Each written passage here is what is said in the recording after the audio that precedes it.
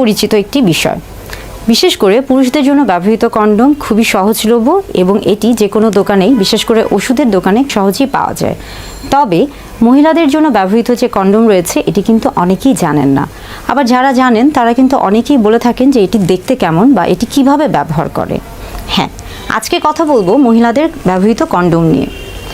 আগে জানতে হবে যে আসলে কন্ডোমের ব্যবহারটা কী বা কেন এটি গুরুত্বপূর্ণ, বিশেষ করে মহিলাদের জন্য কেন বলা হচ্ছে।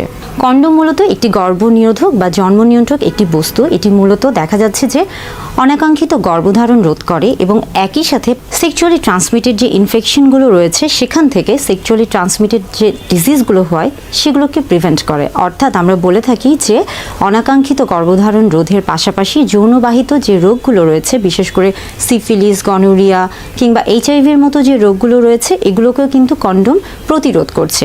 অর্থাৎ জন্ম নিয়ন্ত্রক যে পদ্ধতিগুলো রয়েছে তার মধ্যে কিন্তু শুধুমাত্র কন্ডোমেরই একই সাথে দুটি কাজ করে থাকে। অর্থাৎ কন্ডোমের ব্যবহার অত্যন্ত গুরুত্বপূর্ণ। মহিলাদের জন্য যে কন্ডোম রয়েছে সেটি দেখতে কেমন? মহিলাদের জন্য যে কন্ডোম রয়েছে সেটি মূলত দেখা যায় যে এটি একটি রাবারের মতো নরম পিচ্ছিল এক ধরনের পদার্থ দ্বারা তৈরি, ল্যাটেক্স জাতীয় একটি পদার্থ দিয়ে তৈরি। এটা মূলত দেখা যায় যে এটার এক পাশ বন্ধ থাকে এবং এক পাশ খোলা থাকে। যে পাশটি বন্ধ থাকে এটাকে আসলে যোনির ভিতরে প্রবেশ করাতে হয় এবং যে পাশটি খোলা থাকে সেটি মূলত যোনির বাহিরে থাকে। মহিলাদের কন্ডোম ব্যবহারের ক্ষেত্রে সবার প্রথমেই যে প্যাকেটের গায়ে যে নির্দেশনা রয়েছে সেটিকে ভালোভাবে পড়ে নিতে হবে এবং এটি যখন আপনি ছিঁড়বেন, অর্থাৎ প্যাকেটটি যখন আপনি খুলে কন্ডোমটি বের করবেন, সবসময় খেয়াল রাখবেন এটিকে যেন কোনো ধারালো ছুরি বা কেচি দিয়ে কাটা না হয়। সবসময় এটিকে হাত দিয়ে আস্তে করে সেখানে একটা তীর চিহ্ন দেওয়া থাকে, এই তীর চিহ্ন জায়গা থেকে ধরে আস্তে করে সেটিকে কাটবেন, তাহলে কন্ডোমটি সুরক্ষিতভাবে বের হয়ে আসবে। আপনি যদি তাড়াহুড়ো করেন বা ধারালো কোনো কিছু দিয়ে কাটার চেষ্টা করেন সেক্ষেত্রে কন্ডোমটি কিন্তু ছিঁড়ে যেতে পারে এবং এটার যে কার্যক্ষমতা রয়েছে সেটি কিন্তু নষ্ট হয়েও যেতে পারে। বাজারে বিভিন্ন ধরনের কন্ডোম পাওয়া যায়। বিশেষ করে দেখা যাচ্ছে যে ল্যাটেক্সের যে কন্ডোমগুলো রয়েছে সেগুলো কিন্তু সবচেয়ে বেশি বহুল প্রচলিত। তবে ল্যাটেক্সের যে কন্ডোমগুলো রয়েছে এই ক্ষেত্রে কিন্তু অনেকের একটা অভ্যাস রয়ে থাকে যে কন্ডোম ব্যবহারের ক্ষেত্রে অনেকে মনে করেন যে আলাদা করে বেশ কিছু পিচ্ছিল পদার্থ, বিশেষ করে লুব্রিকেন্ট জাতীয় তেল বা ঝিলি বা এ ধরনের কোনো কিছু ব্যবহার করতে হবে। আসলে আপনি যদি বিশেষ করে এই যে ল্যাটেক্স জাতীয় যে পদার্থগুলো রয়েছে এখানে যদি আপনি পিচ্ছিল পদার্থগুলোকে ব্যবহার করেন সেক্ষেত্রে কিন্তু কন্ডোমের যে কার্যক্ষমতা সেটা কিন্তু হয় নষ্ট হয়ে যায় কিংবা কমে যায়। যার কারণে কন্ডোম যদি ব্যবহার করে থাকেন সেক্ষেত্রে কিন্তু আলাদা কোনো লুব্রিকেন্ট ব্যবহার করার কোনো রকমের প্রয়োজন পড়ে না। অনেকের মাঝখানে একটা ধারণা থাকে যে কন্ডোম ব্যবহার করলে স্বাভাবিকভাবে তার যে যৌন তৃপ্তি বা সুখটা সে পেত সেটা হয়তো বা সম্পূর্ণভাবে পাবে না কিংবা সেটা কমে যাবে। এটা একটা ভুল ধারণা। আসলে আপনি যদি কন্ডোম ব্যবহার করে থাকেন সেই ক্ষেত্রে কিন্তু আপনি একদিকে যেমন অনাকাঙ্ক্ষিত গর্ভধারণ রোধ করছেন এবং পাশাপাশি কিন্তু আপনি যৌনবাহিত যে রোগগুলো রয়েছে সেগুলো থেকেও কিন্তু নিজেকে প্রতিরোধ করতে পারছেন, অর্থাৎ সুরক্ষিত রাখতে পারছেন।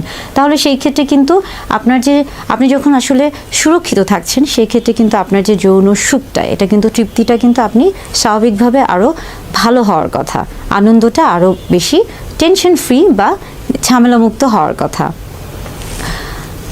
কন্ডোমের ক্ষেত্রে দেখা যাচ্ছে যে যারা কন্ডোম ব্যবহারে, বিশেষ করে মহিলারা যারা নতুন করে কন্ডোম ব্যবহার করতে চান বা কন্ডোম ব্যবহার শুরু করেন, প্রথম দিকে হয়তো বা আপনাদের কাছে এটি একটু ঝামেলাকর মনে হতে পারে, কিন্তু আস্তে আস্তে আপনি যখন এটি চর্চা করবেন তখন কিন্তু এটা আপনার কাছে খুবই সহজ হয়ে যাবে। মহিলাদের কন্ডোমের ক্ষেত্রে দেখা যায় যে এই কন্ডোমটি সহবাসের পূর্বে ব্যবহার করতে হয়। তবে এটার একটা সবচেয়ে ভালো দিক এটা কিন্তু সহবাসের প্রায় 10 থেকে 12 ঘন্টা আগেও পরিধান করে রাখা যায়। তো এটা আসলে আপনার উপর নির্ভর করছে যে আপনি কন্ডোমটি কখন ব্যবহার করবেন, ঠিক সহবাসের আগ মুহূর্তে করবেন নাকি আপনি আগে থেকে একটা পূর্ব প্রস্তুতি নিয়ে থাকবেন, এটা সম্পূর্ণ আপনার উপর। কন্ডোম ব্যবহারের ক্ষেত্রে আরেকটি গুরুত্বপূর্ণ দিক কন্ডোমের ক্ষেত্রে কিন্তু শরীরের হরমোনের কোনো তারতম্য হয় না। অনেক সময় দেখা যাচ্ছে যে জন্ম নিয়ন্ত্রণের যে পদ্ধতিগুলো রয়েছে তার মধ্যে বিশেষ করে হরমোনের যে পিলগুলো বা বড়ি অনেকে খেয়ে থাকেন, সেই ক্ষেত্রে অনেকের শরীরে হরমোনের একটা তারতম্য দেখা যায়, কিন্তু কন্ডোমের ক্ষেত্রে কিন্তু এই ধরনের কোনো তারতম্য দেখা যায় না। সেই ক্ষেত্রে কিন্তু আপনি একদম ঝামেলামুক্ত অর্থাৎ টেনশন ফ্রিভাবে এটি ব্যবহার করতে পারেন। অনেকেই প্রশ্ন করে থাকেন যে আসলে যদি মহিলারা কন্ডোম ব্যবহার করে সেক্ষেত্রে কি পুরুষদেরও কন্ডোম ব্যবহার করতে হবে কিনা, বা দুজনই কি একসাথে কন্ডোম ব্যবহার করবেন? না, আসলে যদি নারী কন্ডোম ব্যবহার করে থাকেন সেক্ষেত্রে পুরুষদের ব্যবহার করতে হবে না, কিংবা পুরুষ যদি ব্যবহার করে থাকেন সেক্ষেত্রে নারীর ব্যবহার করার প্রয়োজন নেই। অর্থাৎ কন্ডোম যে কোনো একজন ব্যবহার করলেই এটা হচ্ছে কার্যকর।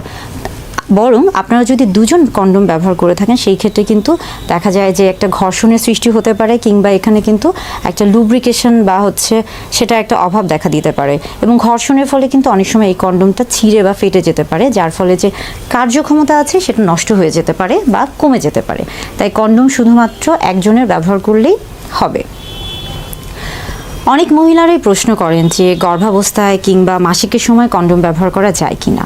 হ্যাঁ, গর্ভাবস্থায় কিংবা মাসিকের সময় অবশ্যই কন্ডোম ব্যবহার করা যায়, তবে সবসময় খেয়াল রাখতে হবে যে আপনার গর্ভাবস্থায় অন্য কোনো সমস্যা আছে কিনা, কিংবা মাসিকের সময় আপনি অন্য কোনো সমস্যার মধ্যে আছেন কিনা বা কোনো ঝুঁকিতে আছেন কিনা, সেটা অবশ্যই আপনি চাইলে একজন চিকিৎসকের পরামর্শ নিয়ে তারপরে আপনি পদ্ধতিটি গ্রহণ করতে পারেন।